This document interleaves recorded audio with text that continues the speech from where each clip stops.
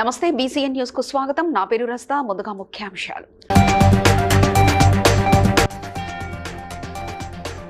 కూకట్పల్లి డిపోలో ఎలక్ట్రిక్ బస్సుల ప్రారంభోత్సవంలో పాల్గొన్న మంత్రి పొన్నం ప్రభాకర్.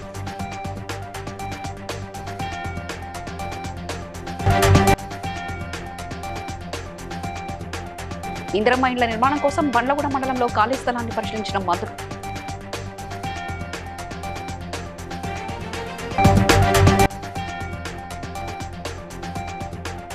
కైతలాపూర్లో నిరుపేద కుటుంబాలకు డబుల్ బెడ్రూమ్ ఇళ్లను అందజేసిన మంత్రి శ్రీధర్బాబు.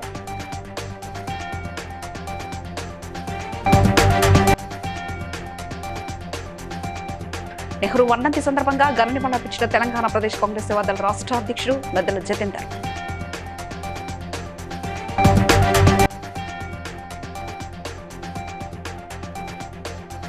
ధాన్యాన్ని వెంటనే గోదాములకు తరలించాలన్న MLA Gangula Kamalakar.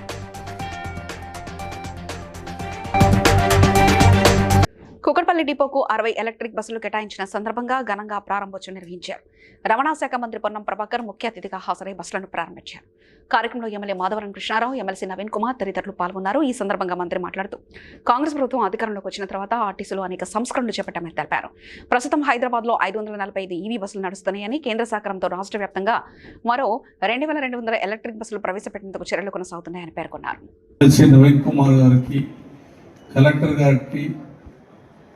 RTC MD గారికి, ఖమ్మం కార్పొరేషన్ చైర్మన్ బండి రమేష్ గారికి, మా marketing chairman Bharat marketing chairman గారికి అన్న, మేము ముందు నుంచి కూడా గత ప్రభుత్వంలో కూడా నేను ట్రై చేశాను, దాని నుంచే మైక్ తీసుకున్నాను. యాక్చువల్గా మా డిపో వాళ్ళు ఉన్నటువంటి స్టాఫే కానీ డ్రైవర్లే కానీ వాళ్ళు అడగడం ఏంటంటే, కేబీపీ కాలనీలో సుమారుగా ఒక 100 ఎకరాల ల్యాండ్ ఉంది, ఒక 5 ఎకరాల ల్యాండ్ డిపో కేటాయించినట్టుంటే లీజుకి ఇస్తారు. అది యాక్చువల్గా హౌసింగ్ మోడల్ అమ్మను కాబట్టి 10 కోట్ల మంది మహిళా పేపర్ వినియోగం చేసుకోవడం జరిగింది.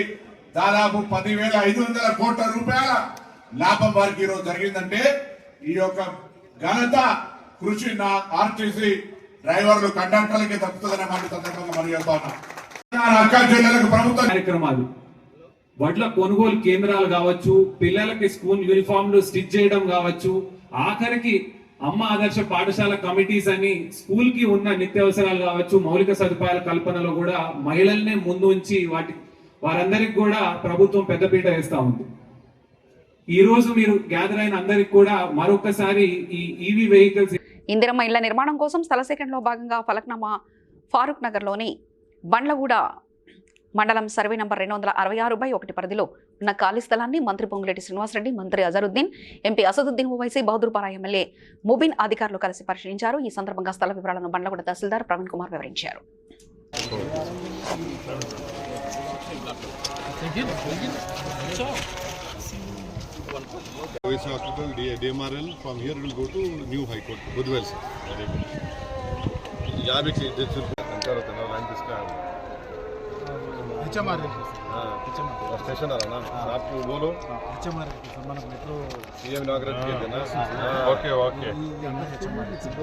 ఈరోజు గౌరవ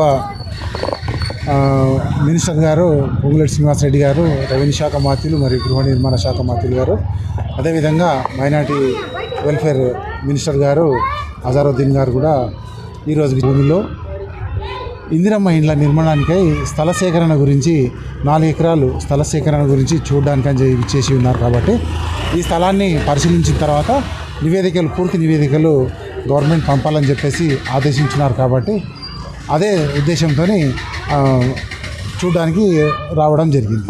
కూకట్పల్లి నియోజకవర్గం కైతలాపూర్లో 62 నిరుపేద కుటుంబాలకు డబుల్ బెడ్రూమ్ ఇళ్లను మంత్రి దుద్దిల శ్రీధర్బాబు అందజేశారు. ఈ సందర్భంగా ప్రభుత్వం పేదల సంక్షేమానికి కట్టుబడి ఉందని ఆయన తెలిపారు. కూకట్పల్లి అభివృద్ధి పనులు వేగవంతంగా చేస్తున్నామని, స్కిల్ డెవలప్మెంట్ సెంటర్ల ద్వారా యువతకు ఉపాధి అవకాశాలు కల్పిస్తున్నామని మంత్రి పేర్కొన్నారు. ఎమ్మెల్యే మాధవరం కృష్ణారావు, ఎమ్మెల్సీ నవీన్ కుమార్, మేడ్చల్ జిల్లా కలెక్టర్ మనోజ్ చౌదరి తదితరులు పాల్గొన్నారు.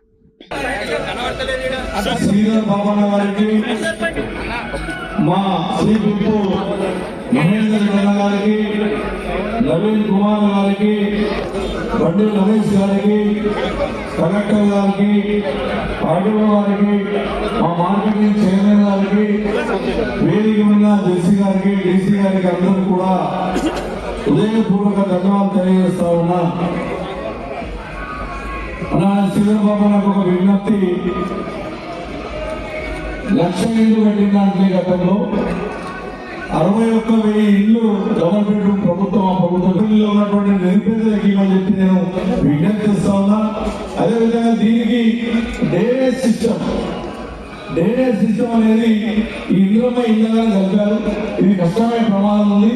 అవతలకి ఆఫీసర్లకు ఆదేశాలను ఇవ్వడం జరిగింది. నేను అవతలకి డ్రైనేజ్ కలిపేసి దానికి కలిపినట్టుంటే ఇక్కడ ఇబ్బంది ఉండదు. మీ మంత్రి గారు కూడా నేను కోరుకుంటూ నేను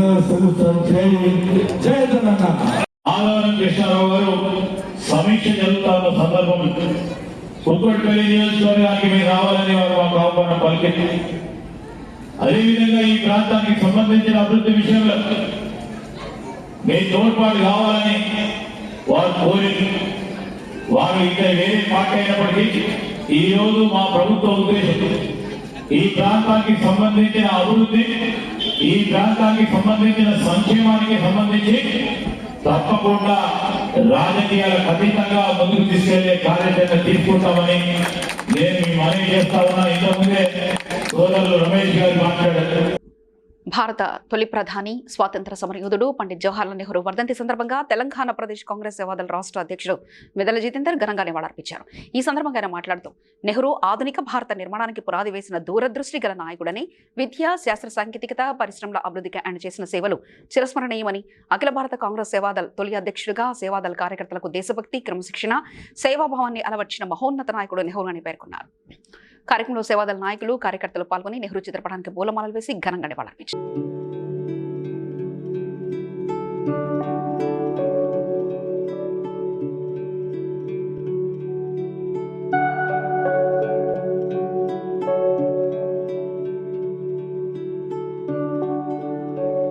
కరీంనగర్ జిల్లాలోని రూరల్ మండలంలోని నగునూరు గ్రామంలోని ధాన్యపు కొనుగోలు కేంద్రాన్ని మాజీ మంత్రి ఎమ్మెల్యే గంగుల కమలాకర్ పరిశీలించారు.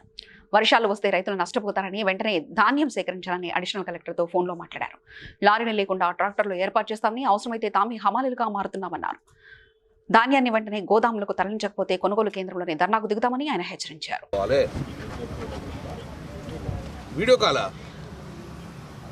నీ వీడియో కాల్ దేనికి పనికిరాక ఇప్పుడు ప్రజలు రోడ్డు మీదకి వచ్చి చచ్చిపోతారు కదా, ఏం చేస్తారు మీరు? ఇప్పుడు మొత్తం తడిచింది ఇక్కడ నంగునూరులో కూర్చున్నా 43 కిలోలు పెడతాంటారు మీరు. మీ అడ్మినిస్ట్రేషన్ లేదు, మీరు ఒక్కరు సీజ్ చేసేది లేదు. రైస్ మిల్ ఎట్లా చెప్తే ప్రభుత్వం నడుతుందా చెప్పండి మీరు? సరే, ఇప్పుడు నేను ఒక సలహా ఇచ్చిన ఏంటంటే, లారీలు లేకుంటే ట్రాక్టర్లు అరేంజ్ చేస్తాయి ఇక్కడిని అన్ని గ్రామాలలో. తర్వాత మీకు గోడౌన్ లేకపోతే ఇప్పుడు కరిమాలో ఏఎంసీలో గోడౌన్ మాట్లాడినా, మీరు ఇవ్వాల రేపు షిఫ్ట్ కాకపోతే ఇంతకన్నా ఎక్కువ ఏం చేయలేము. హమాలు లేకపోతే మేమే మొత్తం ఇంతకన్నా ఏం చేయలేము. కానీ ఇవ్వాల రేపు ఖాళీ కాకపోతే మొత్తం వర్షాలు పడితే మొత్తం రైతులు మొత్తం ఈ రైస్ మిల్లు ఈ రైతులు అందరూ తీసుకొచ్చి మీ ఇంటికాడ కూర్చుంటాం. సరిగా క్లియర్.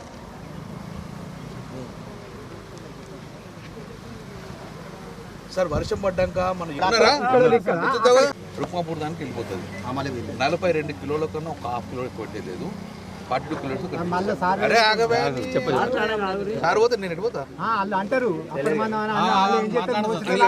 ఇద్దరు ఇట్లు తెలుసు నాకు. పోయేస్తా 42 కిలోలు పెట్టించేసి అక్కడ ఓటీపీ అవసరం లేదు, రైస్ మిల్ అవసరం లేదు కదా, వెజిటబుల్ కూడా 40 పెట్టించేసి 40 పెట్టించేసి ఓటీపీ ఇస్తావు. కానీ 40 మన కూడా కాబట్టి 40 పెట్టించేసి ఈ కరిమార్ రూరల్ మొత్తం అక్కడ పెట్టించేసి చెబుతూ ప్రాబ్లం. ఇప్పుడు వీళ్ళు ఫోన్ రావద్దు. ఫోన్ వచ్చి ఏం చేయాలి? వీళ్ళకి ఏం చేయమంటావు? కాచిగూడలో బీసీ విద్యార్థి సంఘం రాష్ట్ర అధ్యక్షుడు గొడుగు మహేష్ యాదవ్ ఆధ్వర్యంలో అఖిలపక్ష రాజకీయ పార్టీలు, విద్యార్థి యువజన బీసీ సంఘాల విస్తృత స్థాయి సమావేశం జరిగింది. సమావేశంలో ఎమ్మెల్సీ మధుసూదనాచారి, ప్రభుత్వ సలహాదారుడు వి హనుమంతరావు, మాజీ గవర్నర్ బండారు దత్తాత్రేయ పాల్గొన్నారు. ఈ సందర్భంగా ఫీజు రియంబర్మెంట్స్ పథకాన్ని పాత విధానంలో కొనసాగించాలని, జీవో నంబర్ 7ను రద్దు చేయాలని దత్తాత్రేయ డిమాండ్ చేశారు.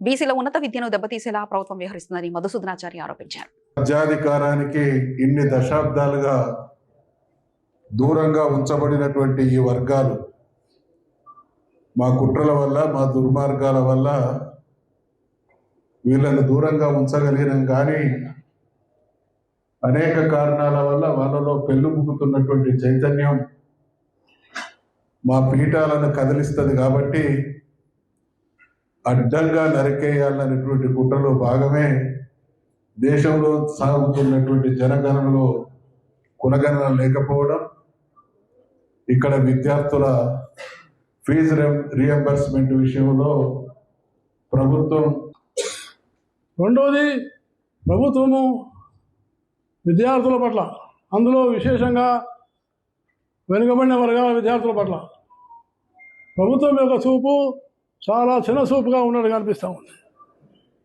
అందుకనే మిత్రుడు మన విక్రమ్ గౌడ్ గారు అధ్యక్షుడు, అలాగే మన మహేష్ యాదవ్ గారు, బుద్ధకృష్ణ గారు హైకోర్టుకు పోతాయి. ఆ భావన ప్రభుత్వంలో ఉన్నది. అందుకనే దాని నుంచి తప్పించుకోవడానికి విద్యార్థులు ఎప్పుడు ఏకం కావాలి, విద్యార్థులు ఎవరో అడగాలి అని కాలయాపన చేసే ప్రయత్నం ఉంది. కాబట్టి నేను మొట్టమొదటి కోరుతున్నాను, ప్రభుత్వం వెంటనే ఈ GOMS నంబర్ 7ను వెంటనే విరమించుకోవాలి, డైరెక్ట్గా కాలేజ్ మేనేజ్మెంట్కి ఇవ్వాలి. హైదరాబాద్ హిమయత్ నగర్లోని శ్రీ వెంకటేశ్వర స్వామి ఆలయంలో వసంతోత్సవాలు భక్తుల సందడితో ఘనంగా నిర్వహించారు. ఉత్సవాలలో భాగంగా స్వామివారి రథోత్సవాన్ని ప్రత్యేకంగా అలంకరించి రథంపై ఉత్సవమూర్తులతో శోభాయాత్ర నిర్వహించారు. వేద మంత్రోచ్చరాలు, మంగళ వాయిద్యాలు, కోలాటాలు, భజనలతో ఆలయ ప్రాంగణం ఆధ్యాత్మిక వాతావరణంలో మునిగిపోయింది.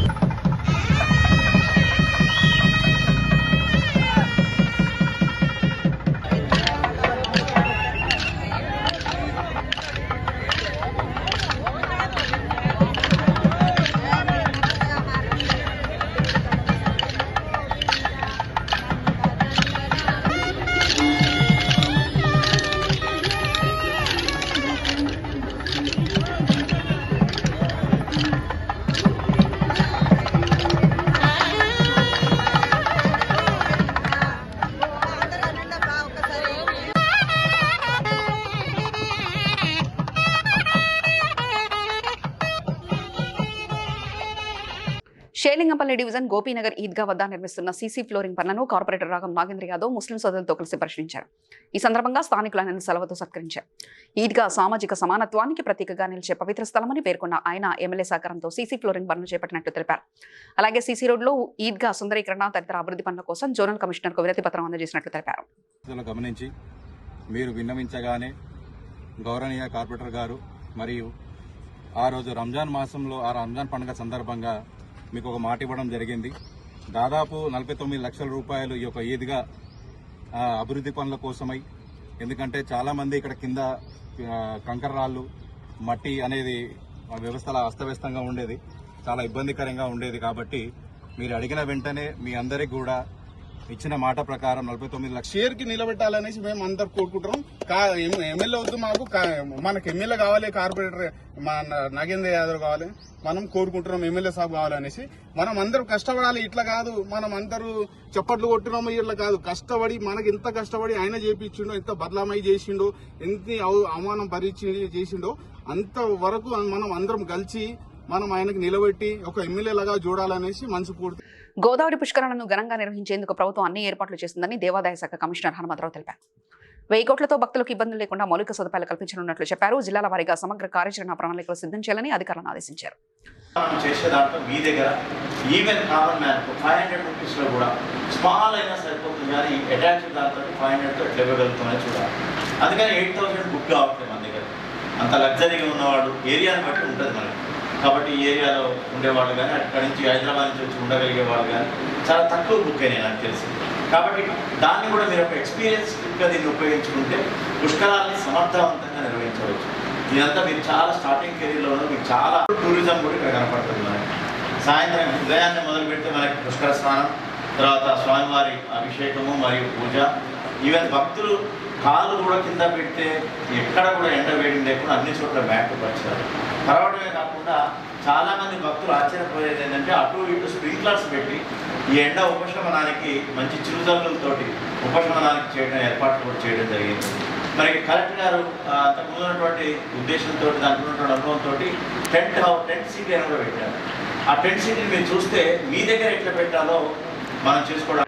మెదక్ జిల్లా కౌడిపల్లి మండలం పేట్ గేట్ వద్ద రైతులు వడ్ల కొనుగోలు చేసిన మిల్లులను తరలించాలని డిమాండ్ చేస్తూ రాస్తారోకో నిర్వహించారు. పలు గ్రామాల రైతులు ధాన్యంతో వచ్చిన లారీలు డీసీఎంలతో హైవేపై నిరసన చేపట్టడంతో కిలోమీటర్ల మేర ట్రాఫిక్ నిలిచిపోయింది. సమాచారం అందుకున్న కౌడిపల్లి ఎస్ఐ అమరేందర్ రెడ్డి పోలీసులతో కలిసి ట్రాఫిక్ ను క్లియర్ చేసి ఖాళీ వాహనాలను రైతుల కల్లాలకు తరలించారు.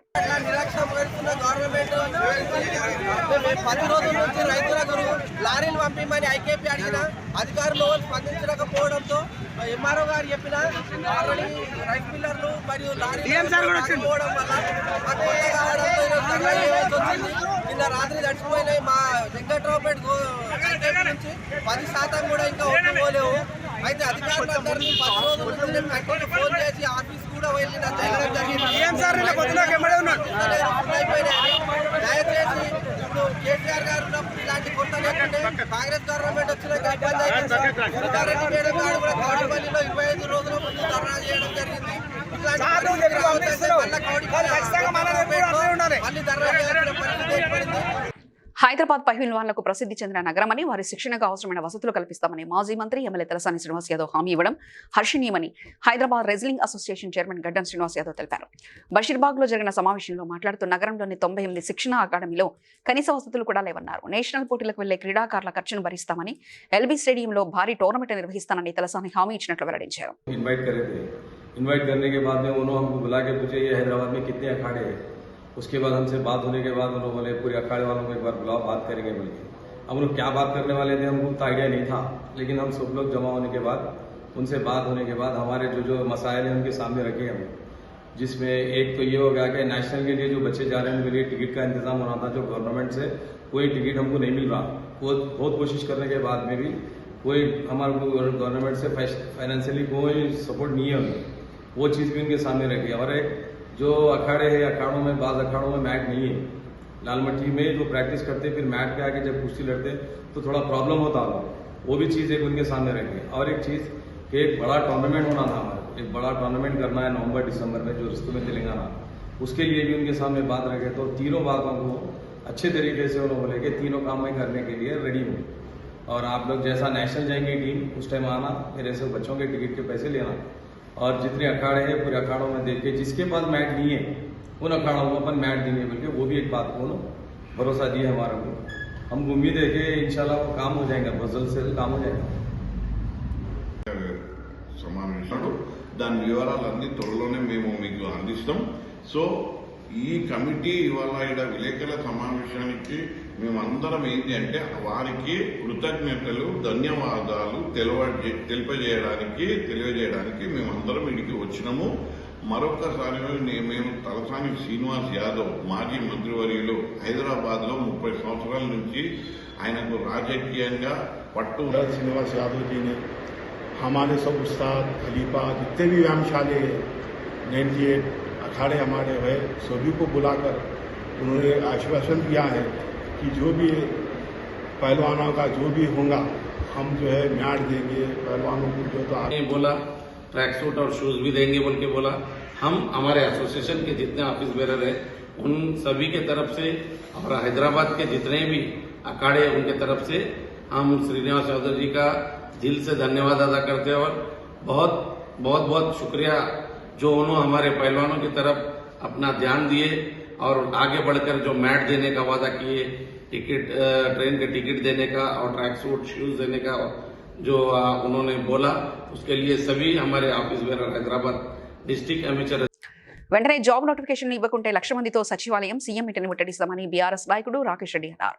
నిరుద్యోగుల వయోపరిమితి పెంచాలని కోరుతూ దిల్సుఖ్ నగర్లోని నిరుద్యోగ హక్కుల పోరాట వేదిక నాయకుడు ఇంద్రానాయక్ ఆధ్వర్యంలో నిర్వహించిన కార్యక్రమంలో ఆయన పాల్గొన్నారు. ఈ సందర్భంగా మాట్లాడుతూ గతంలో జీవో 31 ద్వారా పోలీసు ఉద్యోగాల వయోపరిమితిని 34 సంవత్సరాలకు పెంచినా ఒక్క నోటిఫికేషన్ కూడా ఇవ్వలేదని ఆరోపించారు. ఇప్పుడు జీవో 87తో వయోపరిమితిని 32 సంవత్సరాలకు తగ్గించడం నిరుద్యోగులకు అన్యాయమని మండిపడ్డారు. గ్రామీణ ప్రాంతాల పేద నిరుద్యోగులు హైదరాబాద్లో తీవ్ర ఆర్థిక ఇబ్బందులతో జీవిస్తున్నారని, వారి పరిస్థితికి ముఖ్యమంత్రి రేవంత్ రెడ్డి సమాధానం చెప్పాలని డిమాండ్ చేశారు. ఎందుకు తీసుకురావు? ఇదే అశోక్ నగర్కి రాహుల్ గాంధీ వచ్చి యూత్ డిక్లరేషన్ చేసిన తర్వాతనే మేనిఫెస్టో యూత్కు సంబంధించినటువంటి విద్యార్థులు నిరుద్యోగులకు సంబంధించిన మేనిఫెస్టో ప్రకటించట్లేసింది. ఇప్పుడు మీరెందుకు వస్తలేరు? మీకు ముఖం లేదు.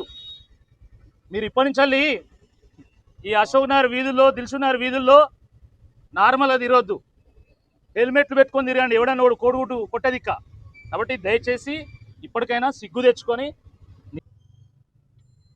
పాపం నిరుద్యోగులు కళ్ళు కాయలు రాసేలాగా నోటిఫికేషన్ల కోసం ఎదురు చూస్తూ ఉన్నారు. పాపం వాళ్ళ తల్లిదండ్రులు ఎండనక వాననక రెక్కలు ముక్కలు వేసుకొని కూలీ నాలి చేసి డబ్బులు పంపిస్తే ఆ డబ్బులు కూడా సరిపోక, కాబట్టి వెంటనే భేషజాలకు పోకుండా ఆయన ఏమనంటే కేసీఆర్ ఆనవాళ్ళు లేకుండా చేస్తా అంటాడు. అంటే కేసీఆర్ 2 నెలలకు ఒకసారి నోటిఫికేషన్ ఇచ్చింది కాబట్టి నేను ఇవ్వద్దు అని ఏమన్నా అనుకుంటానా? మరి అట్లే ఉన్నదా? అరే నీకు కక్ష ఉంటే మమ్మల్ని యువత తలుచుకుంటే ఏదైనా అవుతుంది అని చెప్పి అనేక సందర్భాల్లో రుజువు చేసినాం. ఇప్పుడు కూడా రుజువు చేసేటువంటి పరిస్థితి తీసుకురాక ముందే నువ్వు మేల్కొని ఇకనైనా పోలీస్ నోటిఫికేషన్ 20,000 పోస్టులకు ఎస్ఐ కానిస్టేబుల్ పోస్టులకు గాను వెంటనే నోటిఫికేషన్ విడుదల చేయాల్సిందే ఈ సందర్భంగా నేను డిమాండ్ చేస్తాను. యాదగిరిగుట్టపై వర్తక సంఘాన్ని రద్దు చేయాలని యాదాద్రి పరిరక్షణ కమిటీ నాయకులు హైదరాబాద్లోని దేవాదాయ శాఖ కమిషనర్ కార్యాలయం ఎదుట ధర్నా నిర్వహించారు. కొండపై షాపులను టెండర్లు నిర్వహించి నిరుద్యోగులకు ఉపాధి కల్పించాలని డిమాండ్ చేశారు. భువనగిరి మాజీ ఎంపీ బూరా నర్సయ్య గౌడ్ వారికి సంఘీభావం తెలిపారు.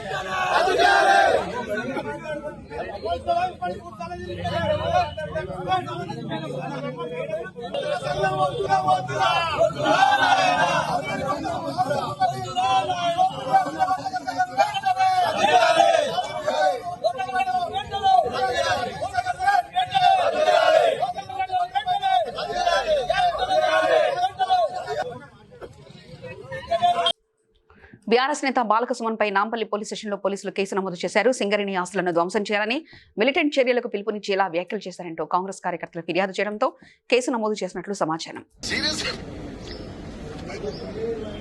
ఇప్పుడు మీరందరూ కూడా విన్నారు, బాలకసుమన్ ఒక ఎమ్మెల్యేగా పనిచేసినోడు, ఒక ఎంపీగా పనిచేసినోడు నిన్న వాళ్ళ కార్మిక నాయకులను ఉద్దేశించి మాట్లాడుకుంటా, మీరు ఇట్లా సోషల్ మీడియాలో పనిచేస్తే తగదు, మిలిటెంట్స్ లాగా పనిచేయాలి, సింగరేణి భవన్ తలగబెట్టాలి, జీఎం ఆఫీస్ తలగబెట్టాలి, పట్టాలను వలగొట్టాలి, ఒక వీధి రౌడీలాగా ప్రజలను రెచ్చగొడుతూ వాళ్ళ నాయకులను రెచ్చగొట్టే విధంగా మాట్లాడిండు. ఈ సభ్య సమాజం తల దించుకునే విధంగా బాలకసుమన్ మాట్లాడిండు. ఇంకొక ముఖ్యమైన విషయం, తెలంగాణ రాష్ట్ర సాధన కోసం చేసినటువంటి ఉద్యమం చాలా పవిత్రమైనటువంటి ఉద్యమం.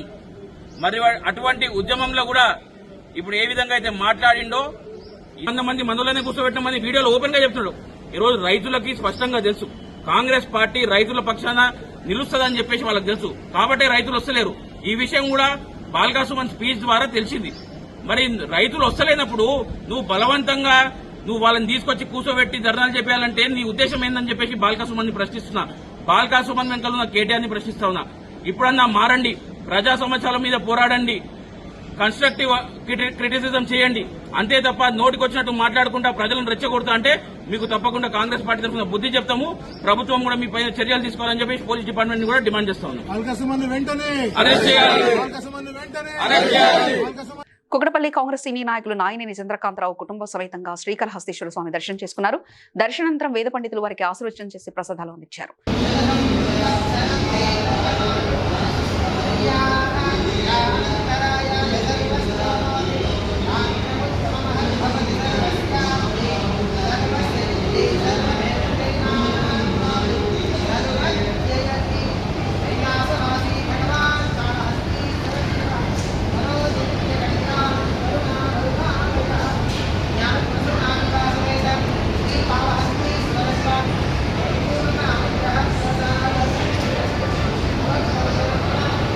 హైతనగర్లో తెల్లవారుజామున టిప్పర్ లారీ గూడ్స్ లారీ ఢీకొన్న ప్రమాదంలో టిప్పర్ డ్రైవర్ నవీన్ క్యాబిన్లో చిక్కుకుపోయాడు. సమాచారం అందుకున్న అగ్నిమాపక సిబ్బంది రెస్క్యూ కట్టర్లతో క్యాబిన్ను కత్తిరించి డ్రైవర్ను సురక్షితంగా బయటికి తీశారు. గాయపడిన నవీన్ను ఆసుపత్రికి తరలించగా సకాలంలో స్పందించిన రెస్క్యూ బృందం ప్రాణాపాయాన్ని తప్పించింది.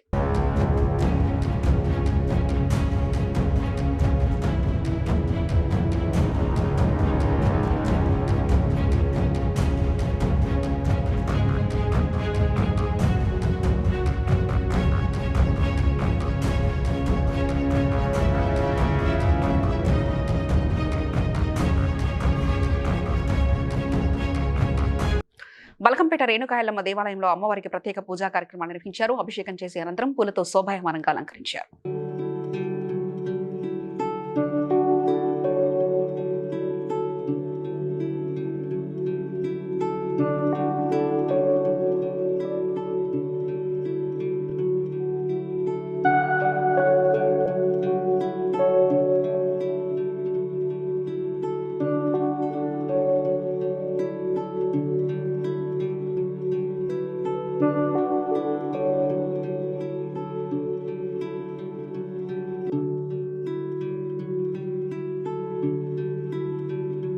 వార్తలు ముగించే ముందు ముఖ్యాంశాలు మరోసారి.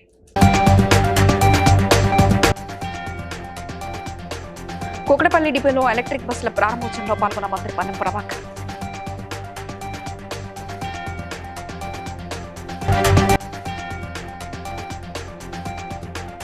ఇందిరమ్మ ఇండ్ల నిర్మాణం కోసం బండ్లగూడ మండలంలో ఖాళీ స్థలాన్ని పరిశీలించిన మంత్రులు.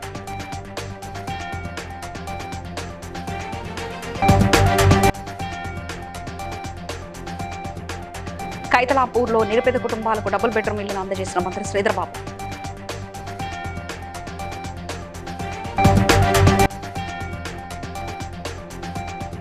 నెహ్రూ వర్ధంతి సందర్భంగా ఘన సమర్పించిన తెలంగాణ ప్రదేశ్ కాంగ్రెస్ సేవాదళ రాష్ట్ర అధ్యక్షుడు మెద్దల జతీందర్.